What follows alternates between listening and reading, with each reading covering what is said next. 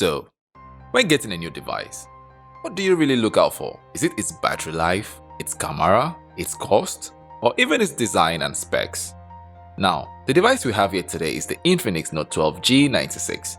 And before we get into it, you should know, this device goes for 132,100 Naira, or about $210. So, if this is within your budget, then this video is for you. And if you're only watching to know more about the device and not necessarily for purchase purposes, then by all means, let's jump right into it. Oh my god, this is absolutely gorgeous.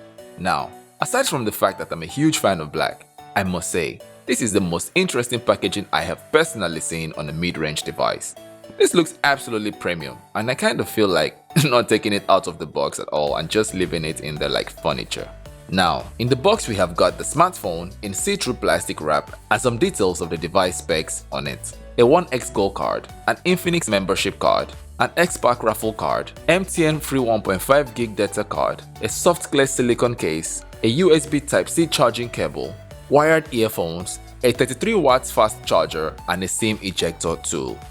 Now, the Infinix Note 12 series is hella complicated. Kind of feels like an experimental project, as it has about 4 or 5 different variants. And I'm not sure what these companies are trying to achieve with this, cause I get having a base model and a pro model, but 4 to 5 variants? Unnecessary if you ask me.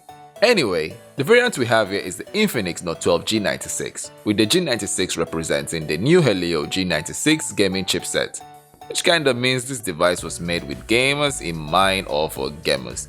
This device comes in 3 colors, which are the Force Black, Snowfall, and Sapphire Blue or Jewel Blue, I think. Yeah, it's the Sapphire Blue or the Jewel Blue, with obviously this one being the Force Black. The device is made of plastic, but really doesn't look like it as it has a pretty premium finish to it. It has an ultra slim design and does not attract smudges and fingerprints except around the camera, as the material there is a combination of glass and glossy plastic. The Infinix Note 12 G96 has the power button and the volume rocker keys on the right side of the device, with the power button also serving as the fingerprint scanner, and I must say, it is quite responsive, which is impressive. On the left side you find the SIM card tray with a dual nano SIM and micro SD card slot. At the rear holds the headphone jack, a microphone, a USB Type-C charging port, and a speaker grill. The top of the device is plain, but has a little cutout on the top of the screen for a second speaker, which sounds decent, but gets a little lousy when blasted at full capacity. At the back of the device houses the camera in a rectangular glass frame with a 50MP main lens, a 2MP depth lens, and a VGA lens with a quad LED flashlight. On the front of the device is a 6.7-inch AMOLED display with a punch-hole 16MP selfie camera and an LED flashlight, which allows for a 360 degrees lighting experience. The device has a screen resolution of 1080 by 2400 pixels and a pixel density of 393 with a 60Hz refresh rate. Despite having quite a low refresh rate, especially for its price, the display is decent and great for consuming media content. But coming from the higher refresh rate devices to this, you might notice a slight lag when scrolling and opening up of apps. The Infinix Note 12 G96 is powered by you guessed it, a MediaTek Helio G96 Octa core CPU, as represented on its packaging. It has a disappointing 12nm processor, I wonder why. And despite the quote G96 Ultra gaming processor, according to Infinix, it is still only a mid-range device with an average benchmark score test result of 493 single-core and 1538 multi-core score, with 344,067 on the Antutu benchmark, which means it can handle gaming but at low to medium graphics settings. With that said, I did try out some games and even Call of Duty, and I must say, it wasn't a bad experience.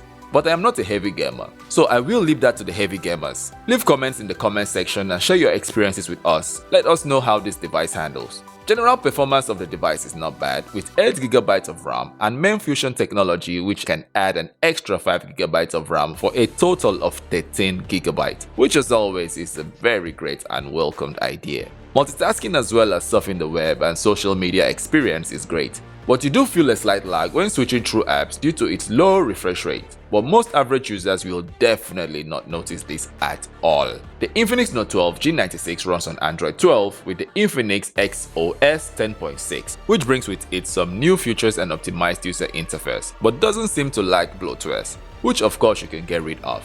Amongst its new features, you get a smart panel and even speech transcribe. So, this device actually comes with a transcribe application, which allows you to speak directly to the phone and it will write out everything you're saying.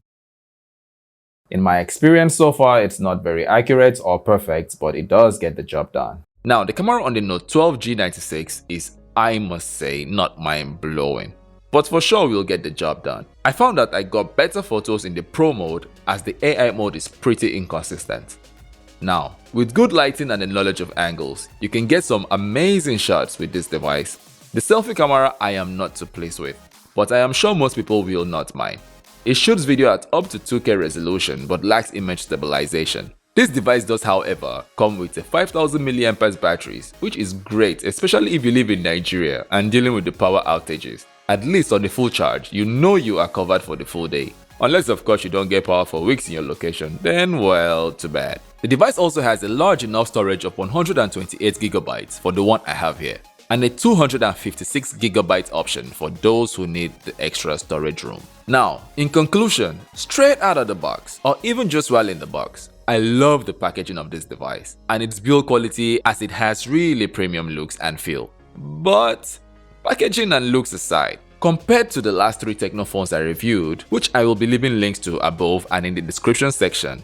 Now, considering my love for a good camera on a device, I would most likely pick the Tecno Spark 9 Pro over this one, which, it's actually even cheaper.